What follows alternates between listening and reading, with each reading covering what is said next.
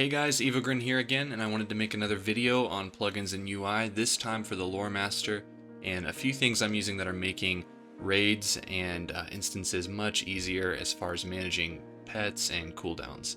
So I want to go over about 4 plugins and also my pet commands, and I'll start with pet commands here. Many of you will probably already be familiar with this, but for keeping pet rotations up, here's what I'm currently doing. So I'm going to move my one skill away here just to somewhere safe for now.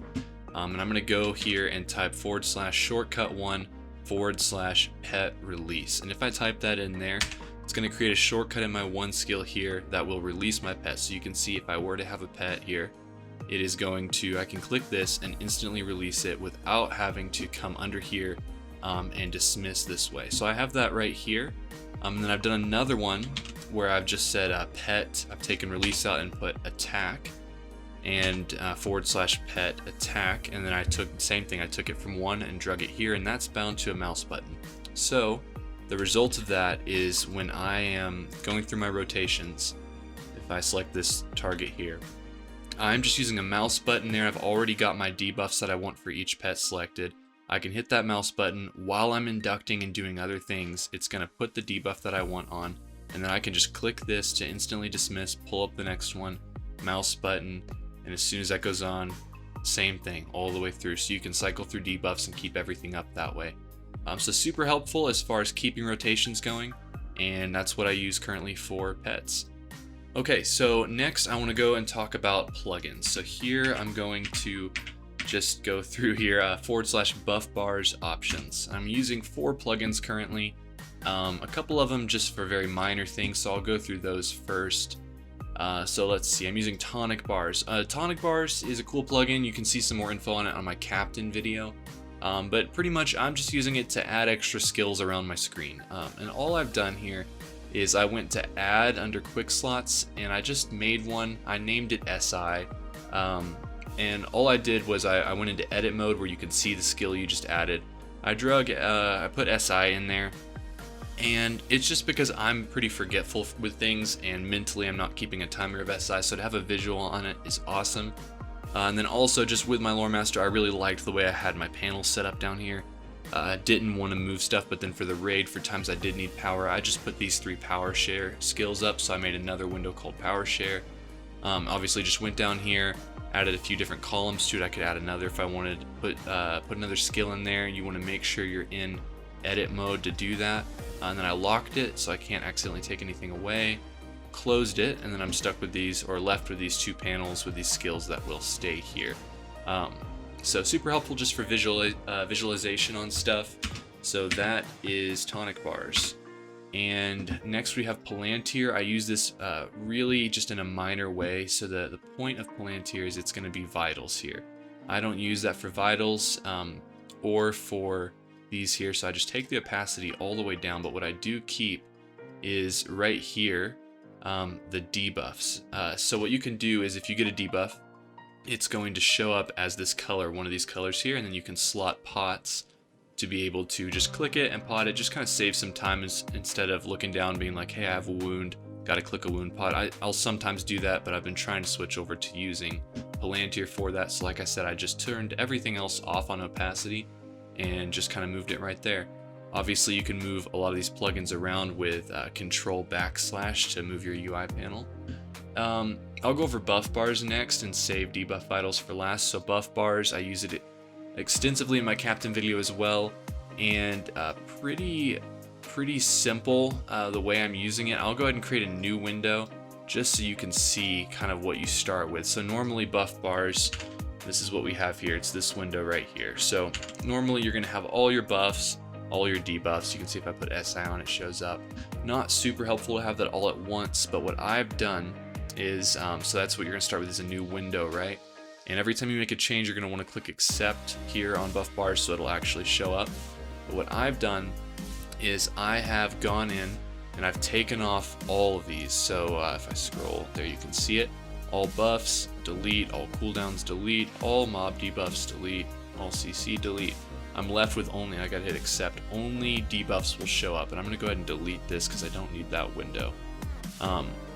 But what I do need is this one. Okay, so right here, what I've done is I pretty much have a debuff window, right? So all that will show up is debuffs. I'm not debuffed right now, and I haven't added anything else for you to see, but I've put it right here over my character. The reason I've done that is for in the raid, as you know, right now there's a lot of debuffs that you have to see immediately to be able to react, otherwise you could wipe a group. So if I were to get one of those debuffs, it's going to pop up right here on top of my character. There's no way I can miss it. Love this, that way you're not constantly looking at your vitals, because that's just not realistic in a raid right now. So here it's right in front of you, and you can right click and blacklist the ones that you don't want to see. So when I go into an instance, it's going to have stand tall. You can right click and blacklist it, meaning it won't show up. Dread won't show up. And that way you can be selective with it and totally stay on top of raid debuffs and any type of eye or puddle or thing you need to be moving from. So absolutely love that. I'm going to go ahead and move this here. So I just drug it down. And then the last one I want to talk about is DebuffVitals. Amazing plugin. I think every raiding lore master should be using this plugin. What it does is it pretty much tracks your targets and the debuffs or buffs that are on them. So what I've done is, if I were to make a new target here, this is kind of what it looked like when I started. Out of the box, you have all these different states. So dazed, force attack, stunned, rooted, all of these. And what I've done is I've gone in and taken out a lot of those. And I can go ahead and do that here. And then I've gone down to Lore Master, and I've gone through, I can actually run through what I'm using, but it's just these that are checked right now. So these are the debuffs that I want to make sure I'm keeping 100% uptime on whenever I can. I've selected them, and they're going to show up in that window.